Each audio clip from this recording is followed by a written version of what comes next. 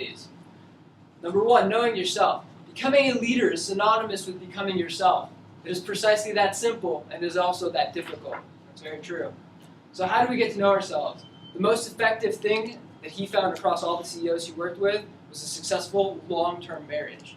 For some reason, that relationship of 10, 20 years of being able to really talk to a person, come to your wife and be like, honey, tell me what is wrong with my company, why isn't this working? And for them to be blunt and tell you straight forward what is wrong is extremely valuable. If you're not married like me, you can try these things. Meditation. You can try reflecting after acting. So you act and then go home and reflect. Now I'm not saying you have to meditate in the park. This is something that I do in the shower every day. And what do I do when I meditate? I ask myself, what am I going to do today? Okay? And what do I want from that? So you have to go that extra step. And to understand what I want from that, you have to have clear values and priorities. They have to make sense to you. They have to flow into the world, and it has to be very clear to everybody in this room what my values and priorities are. So in order to get to yourself, before you project yourself, you have to understand yourself. Writing about yourself through journals, blogs, and Facebook is increasingly popular and effective.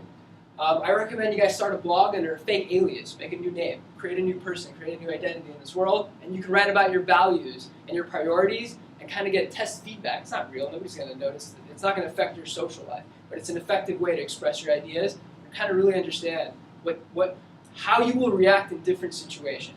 Because the values and priorities will stay the same, you should make similar decisions in different contexts. I just covered that one. Be honest in stating what you want and what you need. So when you come up to the organization, you say, hey, I want to take this company from X to Y. I want to reduce costs in the next couple of years. Very clear.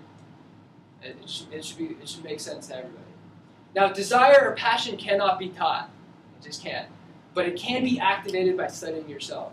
So these are some of the things that I found effective in my life. It can be anything from drawing, writing poetry, talking on the phone, watching soap operas, whatever it is. Whenever you're reflecting, you're doing it right. So that's all it is. You can reflect on your drive home, putting on some music, and reflect about what happened at work. That's enough for me. And that's knowing yourself. Now, mastering yourself. So now we're doing exercises about getting to know ourselves. How do we master ourselves? Train your sense of intuition and become comfortable with uncertainty. Trusting your inner voice is important. So you guys are all crazy. You have an inner voice, and that's good.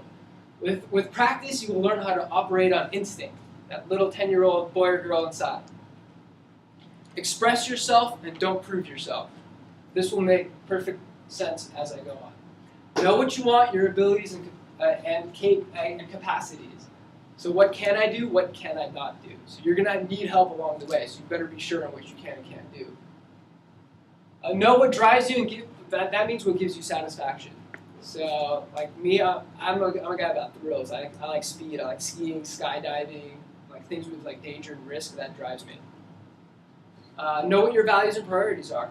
Know and be comfortable with saying no on certain things. Know where your line is, and if somebody crosses it, that's not okay. Those need to be clear and consistent. If they're not clear and consistent, your organization will pick that up, and you will fall and fail as a leader. Now, you have to know, once you get to know your values and priorities, we're going to move into the next big point, context. You're going to measure the organization's values and priorities. Now, these should be as similar as possible. If they're not, you can be in sync with yourself and not with the organization, which was the story of Ed. And Steve Jobs, but then he became in sync with the organization later after he reinvented himself.